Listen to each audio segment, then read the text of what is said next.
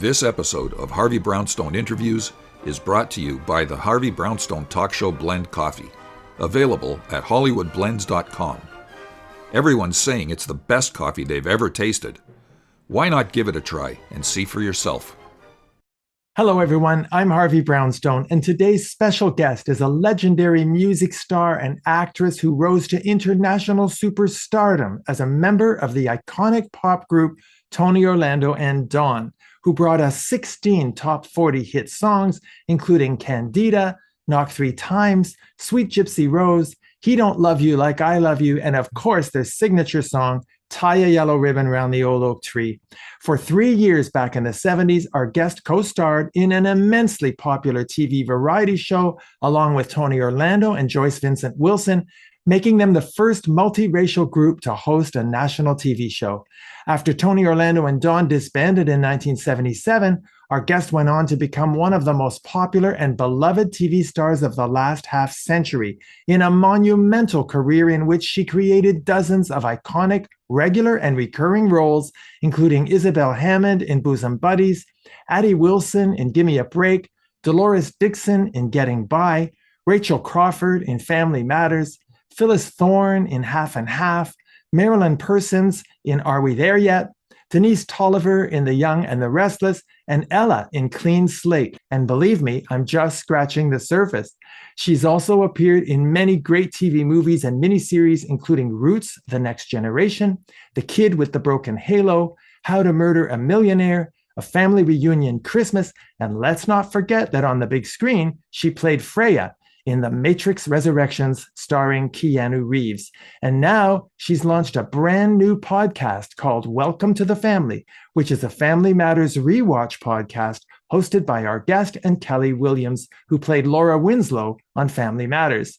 In addition to the Grammy nomination that our guest received as a member of Tony Orlando and Dawn, she's also received 4 NAACP Image Award nominations, as well as a BET Comedy Award.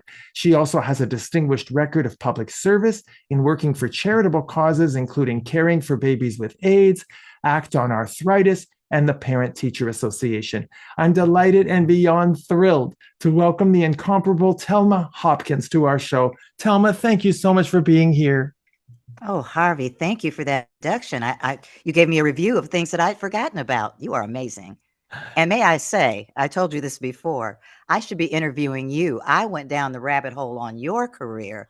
Oh my goodness. I'm just so amazed at you.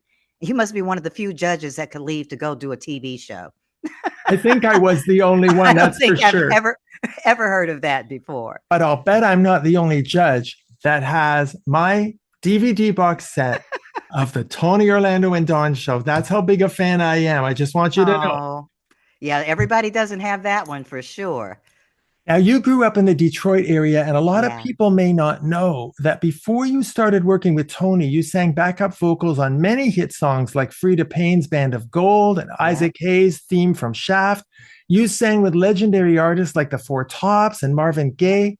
Back in those days, Telma, when you were singing backup, was it your plan to become a solo artist? Never. It was never my plan to become a solo artist. I always loved doing backgrounds in school. I sang in the concert choir and things like that. So I liked being a part of the background, part of the foundation of songs. So it wasn't a dream. I really, even though it was a dream to sing at Motown, I'm still shocked that I actually was able to do that, because initially when me and my little girl group went to Motown to audition because we wanted to be the next Supremes or Martha and the Vandellas, we were sent away because we were still in school. But luckily, we were sent to another studio that took us that day. So that was the start of it. But I did get back to Motown. I understand that Tony Orlando recruited you and Joyce Vincent Wilson to sing with him after hearing you singing backup with Barry Manilow. Is that right? Well, actually, the first time I met Tony was singing backgrounds for a Barry Manilow song called Run, Rosie, Run by the River. I don't know why I cannot forget the title to that song. But I was actually coming in town working with Isaac Hayes at the time. And so Tony had called and asked about doing this song. And so I told him I was coming in with the girls and that it wouldn't be my girls, but it would be the girls that worked with Isaac Hayes. So we ended up doing that session, and that's when I officially met Tony Orlando. Well, now, as I mentioned in my introduction, the Tony Orlando and Dawn show was the first TV show hosted by a multiracial group. Yes. When Tony was on our show, Telma, he talked about some of the backlash that CBS had to deal with from racists who complained about the show. Did you ever have to deal with any of that? Yeah, we had to deal with it. I mean, it was that sort of time, and it was something different. People weren't used to seeing, and I don't know why they thought we were all Puerto Rican, but two Black girls and a Puerto Rican on TV in prime time, and especially looking the way we looked. I mean, we were dressed to the nines. We were great singers. It was a beautiful time, but at the same time, we still had run-ins with people who would say derogatory things. I remember once we were with Tony somewhere, and we were in an elevator, and the guy made a remark about Tony looking like he had picked up two girls, and Tony punched him out. It was so funny. He thought he was Ron Eli and said, "Oh, are these your girls?" And Tony just went off. Good for him. He told me about a horribly racist thing that Jackie Gleason said during rehearsals when he guest starred on your show. Yeah. I was so shocked by that.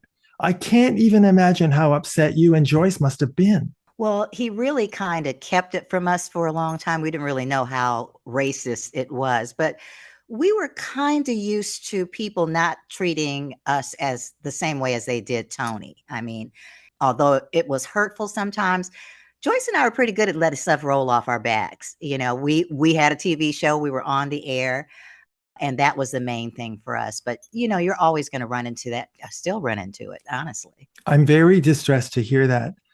Now, there were many times on the show when you and Joyce sang duets without Tony, but you never sang any of the duets that you recorded on your albums, like House of Strangers, You're Growing on Me, I Don't Know You Anymore, Daydream, Here Comes the Spring. Do you know why? Because they wanted to do songs that the audience already knew. They wanted to do popular songs. So that's what we did. We covered just about anybody's song that they could put out there. But they wanted songs that the audience would be familiar with, that they could sing along with, or, that sort of thing. Well, I have to ask you about the time on the Tony Orlando and Dawn show. You gave out a 1-800 number to get a date. And so many people called that number that the phone lines in LA stopped working and CBS had to pay a big fine. Do you remember that? I absolutely remember that, because when they did the rerun on it, they edited my turn so it was so fast you couldn't see the number on my back. They said they weren't going through that again, but I thought it was hysterical because, of course, I wanted all the numbers that it crashed. I'm sure there was a man in there somewhere for me. There were millions of men in there somewhere. Did you never look in the mirror and see how beautiful you are and were? Well, it didn't add up to a man, so it wasn't quite as beautiful as I wanted to be. Well, I'll tell you, every woman I knew wore their hair with a big bun in the back because of you. Yeah. Yeah, I love that. Well, that was that. They used to call me the Black Cher, because I guess Cher wore her hair like that sometimes as well.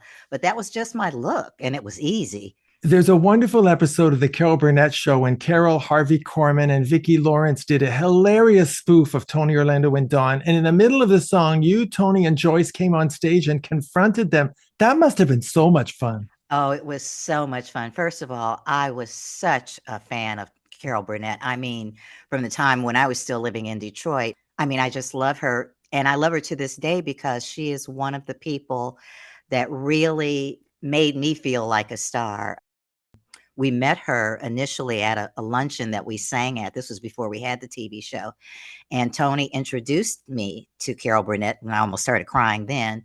But when we got the show and I was at CBS coming off the elevator, and I look up and Carol Burnett is coming down the hall, and I'm like, oh my God, it's Carol Burnett. So I'm practicing to myself. Okay, hi, Miss Carol Burnett. Hi, Miss Burnett. Hi, Carol. Hi. And I was so in my head that she walked by and she said, hi, Telma. Like she saw me every day. And I was just like, oh my God. And I ran to the rehearsal hall to tell them that Carol Burnett knew my name. She may not ever know how she made me feel, but I said, I hope I get the chance to make someone feel that way someday, because it just validated me in a way that she could never have understood, probably. But didn't you feel like a star? Absolutely not. Why? I felt like a little Black girl from Detroit, because it hadn't registered. I don't think it really registered how big the group was and everything until till we were off the air. I mean, there was some times when you could really see it. For instance, we did the New York State Fair one year, and there were probably 300 people there, and the New York State Fair is humongous, so it was humiliating to be there. We did the New York State Fair maybe couldn't have been too long, maybe weeks after we started doing the TV show. There were so many, I mean, there were people hanging off scaffolding, there were people on light fixtures. There were so many people that we thought they were there to see somebody else. We kept saying, "So who's coming on after us? Why are they all out there?" We did not know what television could do. I'm amazed because I saved up all my money back in the 70s and I went to Vancouver and saw you in a big stadium. And you and Tony and Joyce spent 8 hours signing autographs after the Yeah, show. 8 hours, we because were I was good for near the that. end of the line, so I know. And I had to pee really badly, but I wasn't going to miss my chance. You Oh, were huge stars. yeah, but like I said, Joyce and I in particular, it just did not catch up with us for a while. I think everything was happening so quickly when it did happen, the TV show and concerts, and all of a sudden we were doing all these things we had never done, that we didn't have a chance to just sit back and say, wow, this is really happening, and how big is this? And just to take the whole scope of it, we just didn't have the time, didn't realize what television could do. We just didn't know. We were really just fresh out of Detroit. Now, as you know, Telma, Tony wrote a memoir called Halfway to Paradise, which Yeah. was a very heart-wrenching, emotionally powerful book. What did you Mhm. think of the book? There were parts of it I loved, and there were parts of it I didn't love as much. But I really admire Tony for being able to just lay his heart out like that. I mean, he's had quite a life. And that was pretty early on. He should write another one now with some of the stuff that's gone on since. But I think it was really good that he was able to do that, to write that book and to express himself like that. People keep urging me to do it. I haven't quite gotten the fire yet to do that, but yeah. Well, Tony disclosed in the book that for quite some time he was in love with you, but that somehow the two of you found a way to get past it and keep working together. Was that difficult for you? It was sometimes, but not mm, sometimes it was, but most of the time it wasn't, because I wasn't driven by that. I mean, he's so crazy. His wife, Jenny, I don't know how she puts up with him. He still tells me how much he loves me, and he's always going to love me, and all of that. But yeah, it was not as painful as it could have been. I'll say that. Well, he told me that when he wrote the Barry Manilow song, Could It Be Magic, he was writing that song for you. How does that make you feel? I did not know that. Yeah, I did not know that at all. yeah, he told me that. And when he was on our show, he talked about his emotional breakdown after Freddie Prinze died and his substance abuse problem, which ultimately led to the breakup of the group. But let Yeah. me ask you, Telma, what was the emotional impact on you when the group broke up? Well, I think Joyce and I sort of saw it coming. I mean, we were on the road, and we really did try to talk to his manager and the people around him to let him know that things were just not normal on the road. But I don't think they really wanted to hear it, because we were booked like a year and a half in advance. Nobody wants to mess with the money. And so they just kind of brushed us off, saying, if you're looking for trouble, you'll find it, or whatever. And it wasn't until he actually had the breakdown that they saw what we were trying to tell them with no success. It was a devastating time. It was for him and for us, for everyone, really. It's just, like I said, we kept trying to, you know, just trying to let them know that he needed help, that he needed someone there with him. And they just didn't want to hear it. Nobody wanted to hear it. What a mistake and what a terrible position to put you in. I mean, this is your livelihood. Yeah. Well, I want to take you back to March 22nd, 2024, when you and Joyce joined Tony on stage at his final concert at the Oh, Mohegan yeah. Sun, Connecticut. What was going through your mind that night when you were all singing together? It was exciting because it was nice to be a part of his retirement, and I put that in quotes because I think 2 months later we were back on stage somewhere else singing. Uh, Tony does not know how to retire. He doesn't know what that means.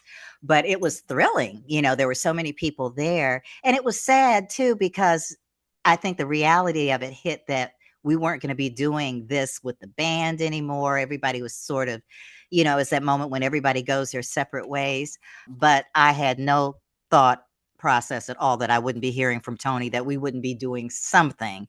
And I was right. He does not know how to retire. We were on stage at Cipriani's in New York maybe 2 months later doing another farewell concert. That's our Tony.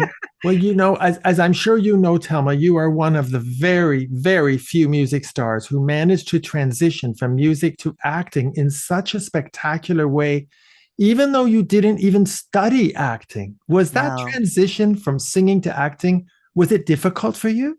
No, because I was acting silly, at least my grandmother told me, much long before I was singing, actually, or at least singing where anybody knew about it.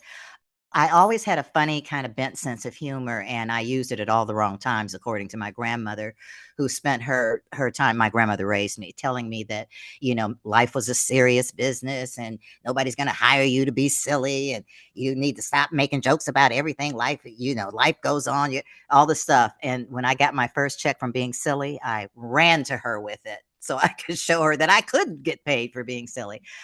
But it was not a big transition for me. It was just an extension of who I already was. So I was surprised people would pay you for it. Now that was a surprise for me, a very pleasant surprise, by the way. But no, that wasn't a difficult transition for me.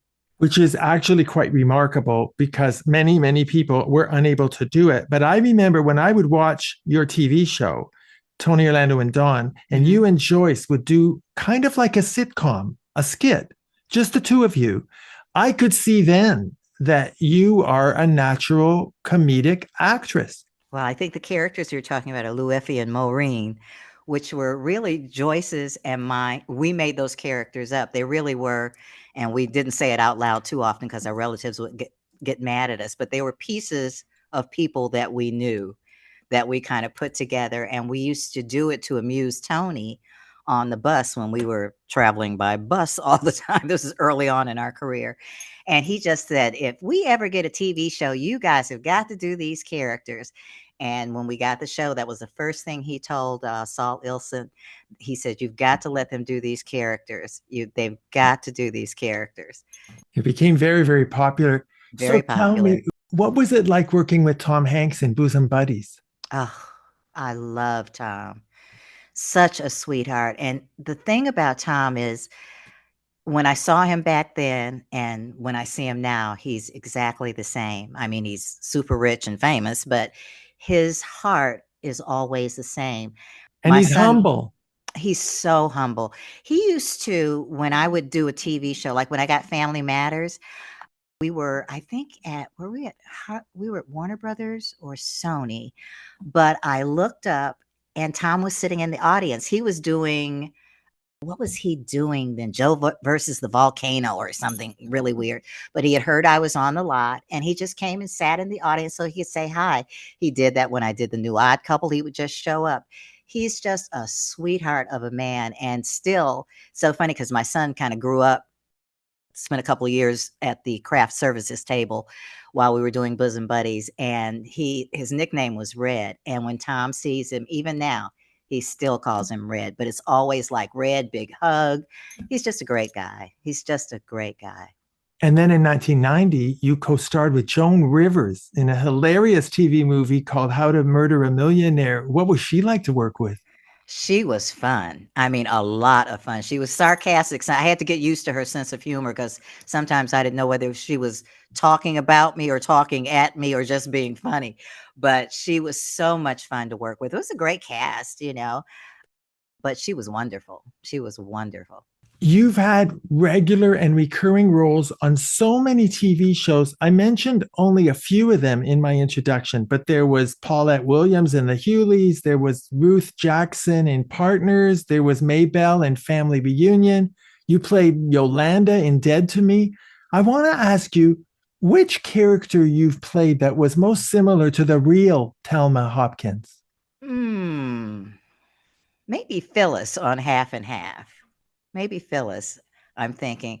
Other than that, I would say Aunt Rachel just because I'm a nurturer, and that has become my signature from Family Matters. I mean, people still call me Aunt Rachel.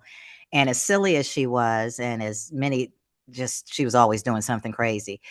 There was something about that show and about that character that really touched people. Because, like I said, now they still people come up to me in the grocery store and say, "Hey, Aunt Rachel, how you doing?" And it's just such a sweet thing, that what is it, 90 years later, this show has been on forever and a day, that people still relate to it and still relate to those characters and still relate to me because I do love to gather people. I do love that. You know Yeah. what I think it is? There's a kind of an intimacy in the way you act. You make everyone feel like we know you. There's no pretense. You don't take yourself that seriously. I think No. you take your work seriously, Mhm. but you don't take yourself seriously. And when you deliver a performance, it feels like we're getting to know you. Well, in many ways you are because I don't think there is anything that I've done that hasn't had parts of me in it.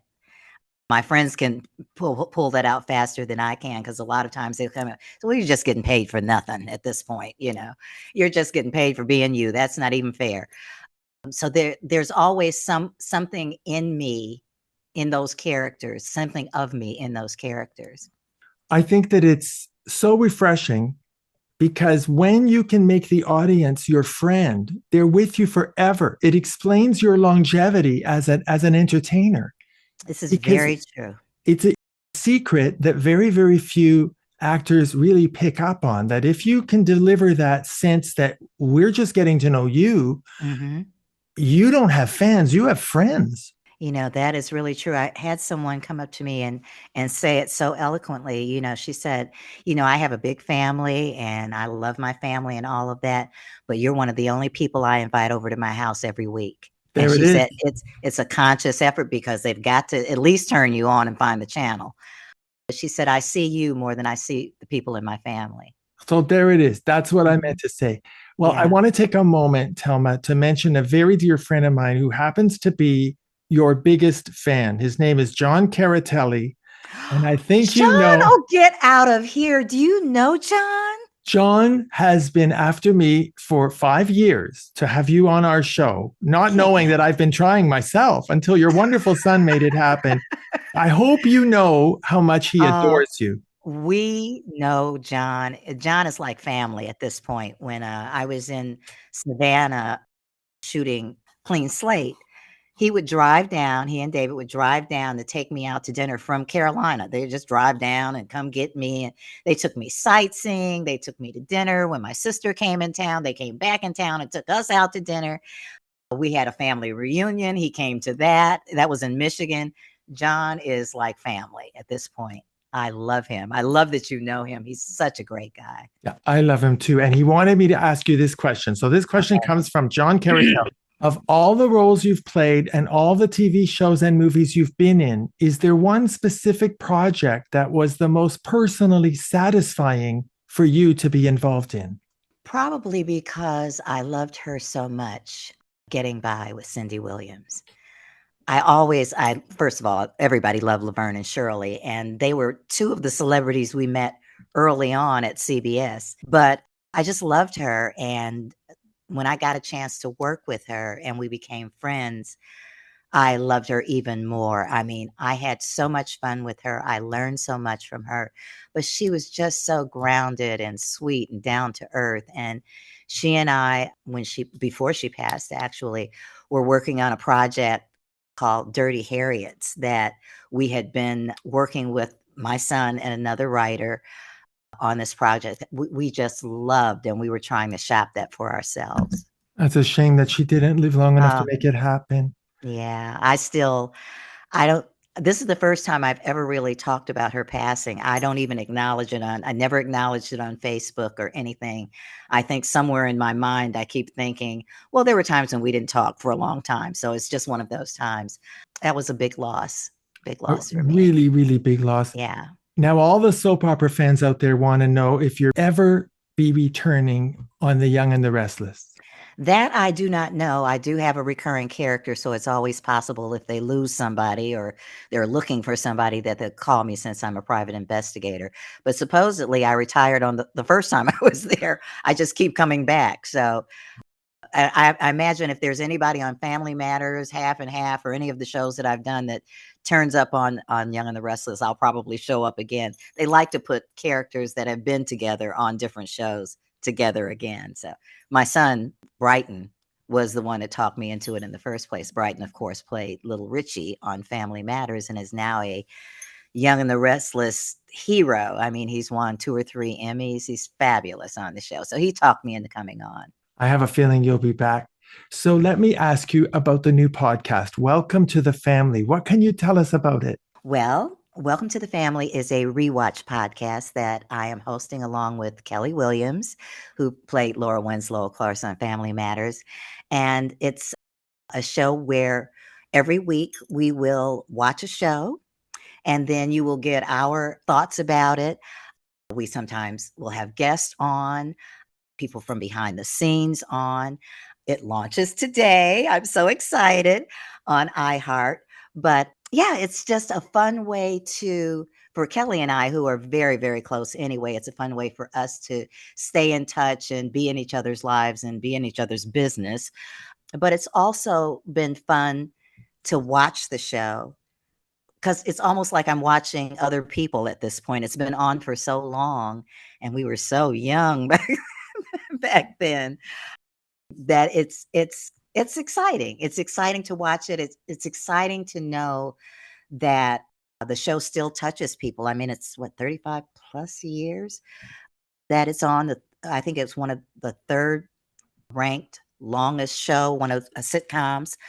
I think it's behind The Jeffersons and Meet the Browns or one of those shows like that. But yeah, I mean, it's just amazing. And it's amazing to get a chance to reminisce. Nostalgia feels so good now. You know, we laugh about things and we talk about things and we talk about things with other people. And we get a sense of also, we're getting a sense of how this show touched people and is still touching people. Really excited about. We've got some fans that are coming on that we've just met randomly that really have some sweet stories to tell about how the show affected them as they were growing up. I always tell Kelly, I feel like I raised half of America because the show has been on for so long. Her kids are now older than she was when I met her. She was 12, so it's crazy, but what a wonderful way to remember, to honor our own legacy and to really see how relevant the show still is. Still is. I mean, it was relevant at that time, but it still is. And there are things that are just very interesting that will be coming up in the podcast. I think that the secret to the success of that show, besides the writing and the acting, was the universality of the plots, of the storylines. I want to tell our viewers that starting today, November 5th, 2025, Telma's new podcast, Welcome to the Family, will be available on Apple, Spotify, and every major podcast streaming service. So, Telma, when you look back at your life and career, and you think about how far you've come from being an anonymous backup singer in Detroit as a young girl to having achieved such incredible longevity and success as a working actress for over 50 years, what goes through your mind when you think about what you've accomplished as an artist and as a human being? Well, when you say it like that, it seems amazing. I'm very proud of my career. I'm very proud of the work that I've done. I'm very proud that I'm still able to work at this age, having been on TV for such a long time. It's an honor because people have to be the ones to want you. I've just been very blessed in my career, very blessed in my career. I don't know if you're aware of this. I hope I'm not telling tales out of school, but there's quite a momentum going on right now in Hollywood to have you receive a star on the Hollywood Walk of Fame. You're actually eligible for 2 stars, one for television, one for music. How would you feel about that? That's amazing. Gee, I don't know. I mean, of course, I'd love that. Gosh, I'm kind of speechless. I don't know. I mean, of course, I'd be thrilled. I think you still don't feel like a star. That's why you're so surprised. Maybe. I Because mean, somebody else with your career would have said, well, it's about time. Of course I should have that. as a matter of fact, who did say that? Somebody did say that once when they won an Emmy. It was so funny. I'm I trying to think think. you're just so humble that I'm kind of speechless that you seem surprised when you've been on television longer than almost any other performer in the history of television. Consistently on television, I might add. Yeah, I yeah. Okay, I when I you get just that star, I want to be there. I want to please, see, I want to hear your please, speech. please, because I mean, and it's not that I wouldn't be honored and all of that. I think there was a time in my career when all those things seemed really important to me, and I felt like I hadn't made it if I hadn't gotten an award here or a star. When Tony got his star, I felt a little some kind of way, I got to say, because I felt like it should have been Tony, Orlando, and Dawn. But that's another story. Yeah, of course I would be honored, but I think at this stage of my career, while of course I would love it, it's not that I need it the way I did when I was younger. I used to feel, like I said, like I hadn't made it or I wasn't successful if I didn't have things that I could show somebody, look what I got. But my career has been wonderful. And I've learned to be more content with where I am. And so those things, while, like I said, while I love it, I don't have that, oh, gotta have it kind of thing. But you do believe you deserve it. I do, yes. I have worked long and hard. And you've proven yourself in every medium.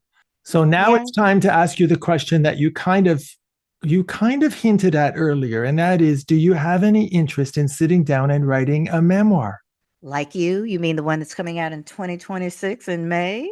You have done your Harvey, homework, Miss yes, Telma Hopkins. Harvey, yes, Harvey. Not your first book either, but a memoir. Come on now. I'm a little intimidated by sitting down and trying to write my life story, actually, but I'm certainly being encouraged to do so by you know who and several other people to do With that. good reason. With good reason. You have worked with some of the greatest legends in the business. You are part of the golden age of television and the golden age of pop music. You've been part of some of the most beloved television shows ever and movies. And you are so universally beloved. Why wouldn't you want to tell us all about your life? I don't know. It just seems like a lot. Every time I think about trying to sit down and of course I wouldn't be able to do it myself. I'd have to have somebody help me. Every time I think about sitting down and actually trying to put pen to paper, it just seems just overwhelming for me. Well, if you're taking applications for the job, I will apply.